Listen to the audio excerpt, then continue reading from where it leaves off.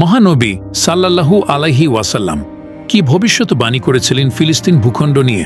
চলুন আজ আমরা জানার চেষ্টা করি। রাসূলুল্লাহ সাল্লাল্লাহু আলাইহি ওয়াসাল্লাম এর সময় সামদেশ বলতে বর্তমান সময়ে সিরিয়া, জর্দান, লেবানন ও ঐতিহাসিক ফিলিস্তিন ভূখণ্ডকে বোঝানো হতো। অনেক নবী রাসূলের আগমন ঘটেছে এই অঞ্চলে।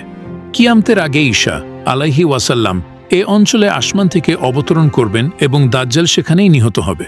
এখানেই হবে কিয়ামতের ময়দান। কিয়ামতের দিন পৃথিবীর সব মানুষ সেখানে সমবেত হবে।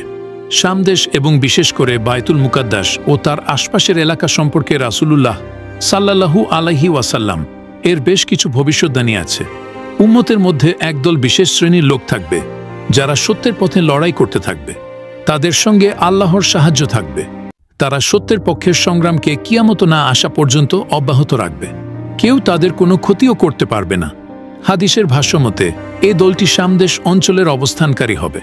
হাদিস শরীফে উল্লেখ আছে, মুগিরা ইবন শোবা রাদিয়াল্লাহু তাআলা আনহু থেকে বর্ণিত, রাসূলুল্লাহ সাল্লাল্লাহু আলাইহি ওয়াসাল্লাম বলেন, আমার উম্মতের এক দল সবসময় সত্যের ওপর বিজয়ী থাকবে। এভাবে কিয়ামত এসে যাবে আর তারা বিজয়ী থাকবে। তাদের অবস্থানস্থল আরেক হাদিসে পাওয়া যায়।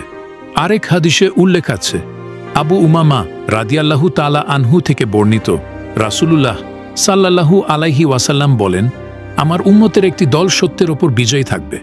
শত্রুর মনে পরাক্রমশালী থাকবে। দুর্ভিক্ষ ছাড়া কোনো বিরোধী পক্ষ তাদের কিছুই করতে পারবে না।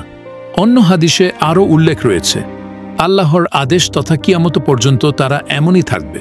সাহাবায়ে কেরাম জিজ্ঞেস করলেন, হে আল্লাহর রাসূল, তারা কোথায় থাকবে?